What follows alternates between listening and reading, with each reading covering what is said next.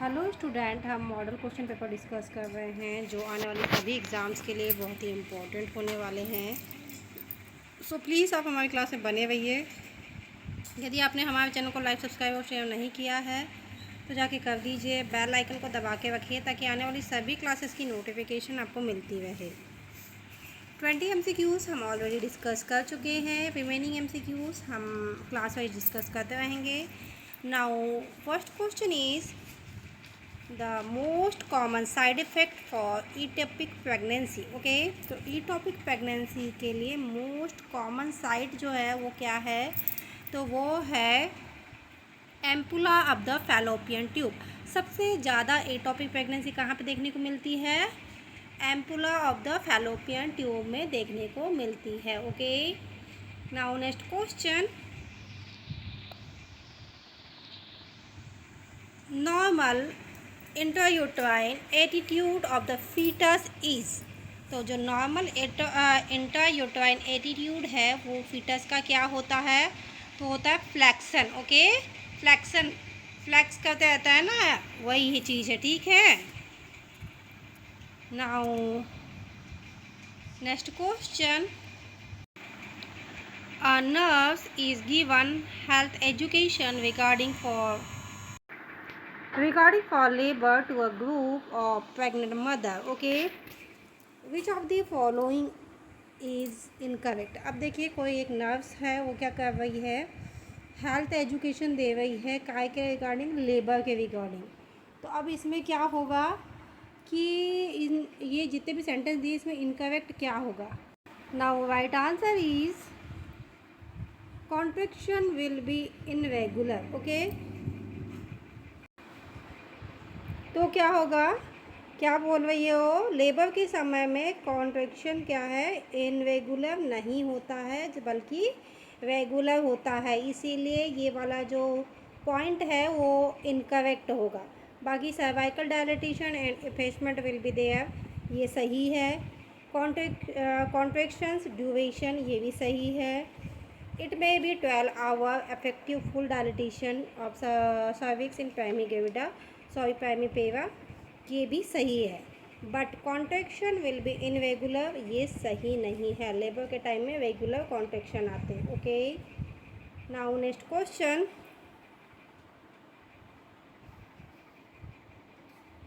a nurse is assessing a client who is scheduled for the cesarean delivery। okay, which assessment finding would indicated the need to contact the physician। अब देखिए, इसमें से क्या है कि जो एक सिजेरियन सेक्शन के लिए एक कंडक्ट हुआ है, क्लाइंट तैयार हुआ है, उसकी शेड्यूल हुई है। अब उसमें क्या है कि कौन सी ऐसी कंडीशन है, ऐसी कौन सी फाइंडिंग है जो क्या इंडिकेट करती है कि हमको फिजिशियन को बताना चाहिए? तो वो क्या है? Option B is the right answer. तो क्या है? एफ एच आर कितना है यहाँ पे? 180 बीट पर मिनट। क्यों ये अब क्या, क्यों इसके लिए फिजिशियन को बताना है? क्योंकि ये जो है ये सही नहीं है, ज़्यादा है। कितना होना चाहिए? 120 to 140 beat per minute F होना चाहिए। फीटल हार्ट साउंड जो कहते हैं, फीटल हार्ट रेट जो कहते हैं, कितना होना चाहिए? 120 to 140। बट यहाँ पे कितना हुआ है? 180। तो हमको क्या करना है? तुरंत फिजिशियन को इन्फॉर्म करना है। हीमोग्लोबिन कितना होना चाहिए नॉर्मली? तो हीमोग्लोबिन होना चाहिए 11 ग्राम पर DL। Okay, now next question, nurse is caring a client who is in the first stage of labor। The physician has prescribed IV infusion of pitocin। okay, which of the following is essential during the this period। क्या है कि कोई nurse है, वो क्या कर रही है? केयर कर रही है किसकी?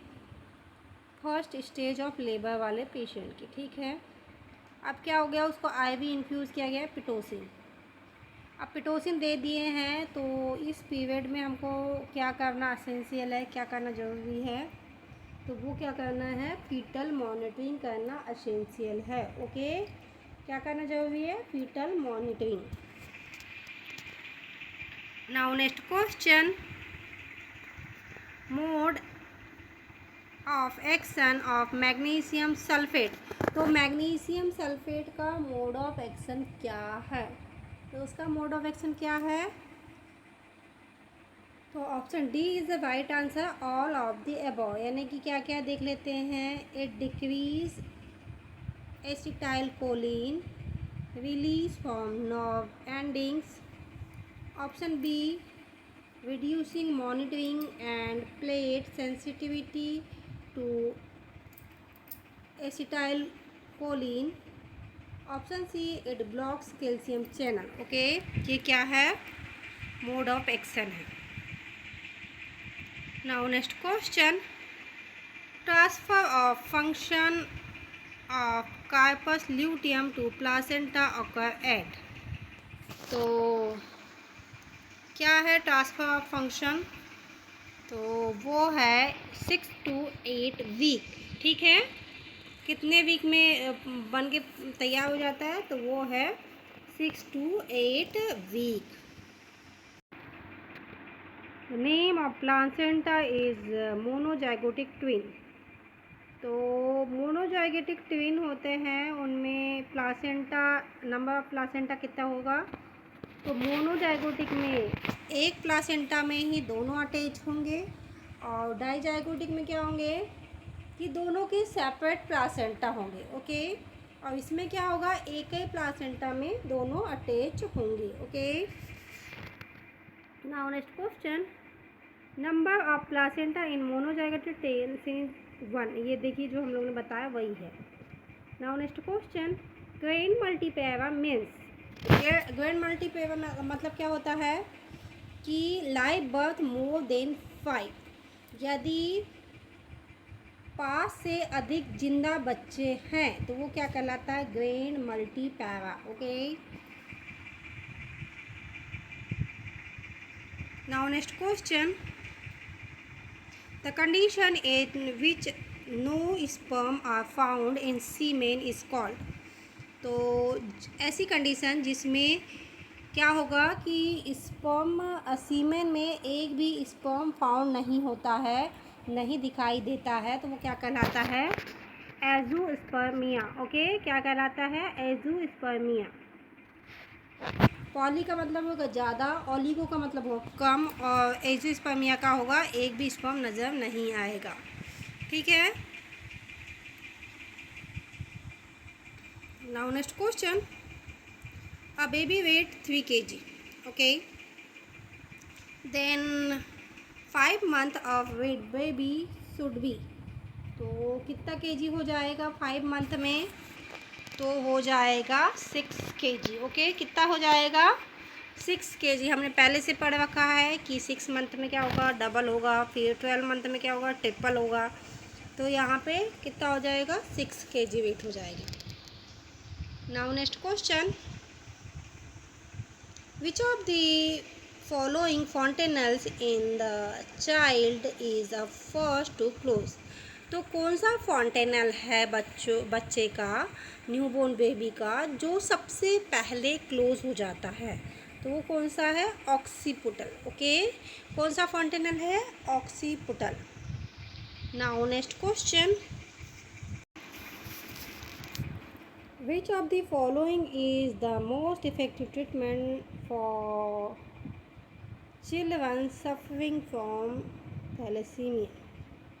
तो जो बच्चे थैलेसीमिया से सफ़र करते हैं उनका मोस्ट इफ़ेक्टिव ट्रीटमेंट क्या होता है, वो होता है बोन मैरो ट्रांसप्लांटेशन। ओके, क्या होगा, bone marrow transplantation. Now next question, management of child during temper tantrum include all except. तो टेम्पर टेंड्रम जो होता है बच्चों में, उसका मैनेजमेंट सभी है किसी एक को छोड़ के। वो क्या नहीं है, scold and beat the child. ठीक है, असॉल्ट नहीं करना है और मारना नहीं है बच्चों को, बाकी सारी चीज़ें हम कर सकते हैं। क्या कर सकते हैं, Parents should be firm, calm and loving. Okay. Deviate attention from the immediate cause. Protect the child and other from the other injury. ये ट्रीटमेंट देना है, बट बच्चे को मारना नहीं है, असॉल्ट नहीं करना है. Now next question. Which of the following is not a clinical manifestation of marasmus? तो marasmus का क्लिनिकल मैनिफेस्टेशन क्या नहीं है? तो वो क्या नहीं है? एडिमा. क्यों? marasmus में क्या देखने को मिलता है आपको? एनर्जी लॉस देखने को मिलती है, वेट लॉस देखने को मिलता है. ठीक है, बट एडिमा कभी नहीं होता है. एडिमा काय में देखने को मिलता है? क्वासियोका में देखने को मिलता है. Okay. Now next question. In which age diphtheria is commonly found? तो किस एज में डिप्थीरिया देखने को मिलता है? तो 1 साल से लेके 5 साल तक के बच्चे में डिप्थीरिया देखने को मिलेगा. Okay, option C is a right answer. Now next question. यूवेज length of newborn baby. तो न्यू बोर्न बेबी की जो यूवेज लेंथ होती है वो कितनी होती है? तो वो होती है 50 सेंटीमीटर. ओके, कितनी होगी? 50 centimetre. Now next question. The nurse is assisting on a 1 month old baby and notes that the baby has low set ear. This may indicate it. तो क्या है? एक नर्स क्या है? असिस्ट कर रही है 1 month के बेबी को, और क्या देख रही है कि उसके जो कहना चाहिए ईयर के लो सेट है वो क्या हो रहे हैं? कम दिखाई दे रहे हैं. तो क्या उसको कौन सी प्रॉब्लम होगी? तो उसको डाउन सिंड्रोम डिटेक्ट होगा. देख लेते हैं डाउन सिंड्रोम के बारे में थोड़ा सा, क्योंकि बहुत इंपॉर्टेंट डिसीज़ है ये. तो Down syndrome is a genetic disorder caused when the abnormal cell division result extra full और parental copy of chromosome 21. Okay, this extra genetic material caused by the developmental changes and physical features of Down syndrome. Okay, तो Down syndrome किस chromosome की abnormality है? Chromosome number 21 में जब abnormality आती है तो वो कॉज क्या करता है? Down syndrome. Okay. Now next question. In an infant Moro reflex disappear by. तो मोवो रिफ्लेक्स कब डिसअपेयर होता है? तो वो होता है 6 month की एज में. ओके, कितने मंथ में होता है? 6 month में. Now next question. A newborn baby is placenta under phototherapy for neonate hyperbilirubinemia. The nerves explain the mechanism of action of phototherapy. ठीक है, एक न्यूबॉर्न बेबी है, उसको क्या हो गया है? जॉन्डिस हो गया है, हाइपरबिलिरुबिनिया हो गया है. तो फोटोथेरेपी के लिए वो कैसे एक्सप्लेन करेगी? तो क्या बताएगी? Converts unconjugated bilirubin into soluble bilirubin. Okay, phototherapy से क्या होगा? अनकॉन्जुगेटेड बिलिरुबिन किस में कन्वर्ट हो जाएगा? सॉल्युबल बिलिरुबिन में. सो स्टूडेंट, ये थे बहुत ही इंपॉर्टेंट MCQ जो हमने आज क्लास में डिस्कस किया.